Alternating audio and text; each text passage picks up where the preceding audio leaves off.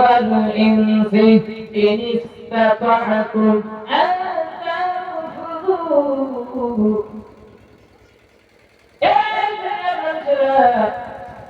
যদি দুনিয়া থেকে বেরিয়ে যেতে যাও, যদি বেরিয়ে যেতে পারিস বেরিয়ে যা। লা তানফুরুনা ইল্লা বিসুলতান। আমার দুনিয়া থেকে বেরিয়ে যেতে পারবি না, সুলতান আমার মালিক থেকে বেরিয়ে যেতে পারবি না। আল্লাহ বলছে বেরিয়ে যা। আবার পরে বলছে বেরিয়ে যেতে পারবি না। তার মানে আল্লাহ আসলে বলছে না বেরিয়ে যা, ধমক দেওয়ার জন্য বলছি। এটাই করছে। লা তানফুরুনা ইল্লা বিসুলতান। আমার দুনিয়া থেকে তোমাকে নিয়ে যেতে পারবি না বান্দা। তাই আমি কুতিলাল ইনসানু মা তারা, মানুষ ধ্বংস হয়ে যায়, তার মানে এই না মানুষ ধ্বংস হয়ে যায়। একটা তফসীর বলেন আমি আপনার তোমাদেরকে পরিশুদ্ধ করার জন্য বলেছি, ধমক দেওয়ার জন্য বলেছি। বান্দারে আমার বড় রাগ হয়ে গিয়েছে তোর উপরে, আমি এত কষ্ট করে তোদেরকে তোদের নির্মাণ করি। আল্লাহ রাব্বুল আলামিন বললেন আমার দয়া তোদের উপরে থাকে। বান্দারে আমি তোদের কাছে কিছু চাই না, আমার দুনিয়াতে বলি সেটা তোর ভালোর জন্য, আমার ভালোর জন্য নয়। যদি দুনিয়াতে ইবাদত করিস তাহলে তোরই ভালো হবে। যে ইবাদত করবে না কেন তার জন্য, তার কল্যাণের জন্য সে ইবাদত করে। তাই আমি তোদের উপরে একটু রাগ দেখালাম, মানুষ ধ্বংস করেছি মানে হলো আমার রাগ তোদের উপরে।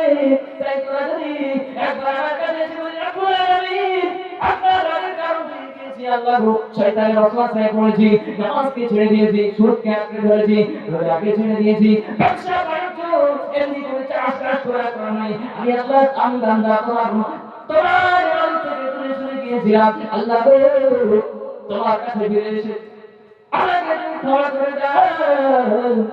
আল্লাহ বান্দারে একবার যদি আমার কাছে এসে এরকম ভাবে দোয়া করিস, আমি বান্দার চোখের পানি নাকের নিচে আসার আগে আগে তোর তওবা কবুল করে নিয়ে তোর জীবনের সমস্ত গুনাহগুলোকে আমি আল্লাহ মাফ করে দেব। সুবহানাল্লাহ। এজন্যই আমি রাগ দেখি, আয় বান্দা ফিরে আয়, ফিরে আয়। এভাবে করে আল্লাহ পাক কোরআনে প্রচুর আয়াত বলেছে বান্দারে আমি তোকে অনেক ভালোবাসি, ফিরে আয়, ফিরে আয়। আচ্ছা আমরা যদি ইবাদত করি এটা আল্লাহর কোনো লাভ হবে? আল্লাহর কোনো ক্ষতি হবে? তারপরে বলছে কেন বান্দা নামাজ পড়, ইবাদত কর, কেন বলছে? কারণ বান্দা যদি নামাজ না পড়িস, ইবাদত যদি না করিস, পরকালে কিন্তু শান্তি পাবি না, জাহান্নামে যাবি। আমি তোকে অনেক ভালোবাসি, খুব ভালোবাসি, আমার ভালোবাসার বান্দা জাহান্নামে যাবে আমি চাই না রে বান্দা। ওই জন্য তোকে করে নামাজ পড়তে বলি, ইবাদত করতে বলি। তাই ভাই সবাই হয়ে গেছে, আপনাদেরকে বলবো যতটুকু পারবেন দিনের প্রতি নিজের কন্যাদেরকে পর্দায় রাখার চেষ্টা করবেন, নিজের স্ত্রীদেরকে পর্দায় রাখার চেষ্টা করবেন, নিজে যত পারেন নামাজ পড়ার চেষ্টা করবেন। যে আল্লাহ পাক এভাবে করে কোরআনের মধ্যে সমস্ত কিছু আমাদের জন্য খুলে দিয়েছে, আমরা জানবো, পড়বো, নিজেরা পড়বো, চেষ্টা করবো জানবো। বিশেষ করে আজকের এই মজলিস কায়েম করেছে বাবা, সকলে এই মজলিস থেকে বাবা হয়ে যাবে। আজকে আল্লাহ যা ভুল করেছি করেছি, আর নামাজ পড়বো, এরপর থেকে সুদ খাবো না, ঘুষ খাবো না। অন্তত পক্ষে এই মজলিসটাকে ফায়দামান উপকারী হিসেবে করে তোলার জন্য এই কাজটুকু করে যাবে। তাই পাশে হুজুরকে বসিয়ে রেখে আমি বেশিক্ষণ আর বলবো না, ছোট্ট একটা দোয়া,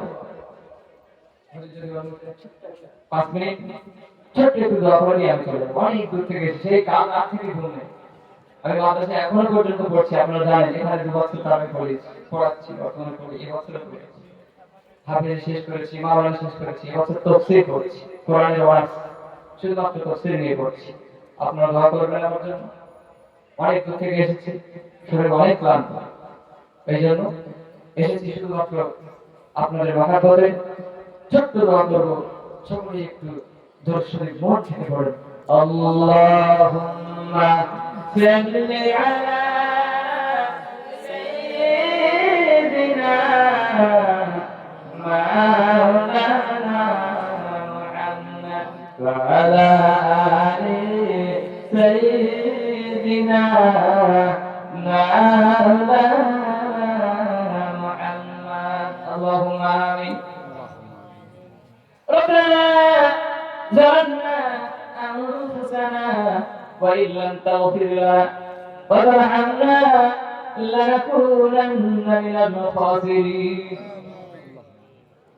رب العالمين এই পবিত্র হজের মাঝে আজ বিক্রম প্রোগ্রামে বসে তোমার দরবারে গুনাহের কয়েকটা বান্দি হাত তুলেছি আল্লাহ এই রব্বুল আলামিন শয়তানের ওয়াসওয়াসায় পড়ে শয়তানের কদমকে অনুসরণ করেছি তোমার থেকে দূরে সরে গিয়ে জীবনে যত গুনাহ করেছি আল্লাহ কেউ দেখতে পায়নি তোমার চোখে তো লুকাইতে পারিনি বাবু এই রব্বুল আলামিন আমাদের গুনাহের দিকে না তাকিয়ে তোমার রহমতের দিকে তাকিয়ে আমাদের সকলের জীবনের গুনাহগুলোকে মাফ করে দাও এই রব্বুল আলামিন আমাদের দোয়া যারা শামিল নাই আমাদের আত্মীয়-স্বজন আমাদের পাড়া প্রতিবেশী দুনিয়া থেকে বিদায় নিয়ে যারা একেবারে চলে গেল দুনিয়া থেকে আল্লাহ আমাদেরকে মানুষ করতে গিয়ে হয়তো তোমার ইবাদত সঠিকভাবে করতে পারিনি এই রব্বুল আলামিন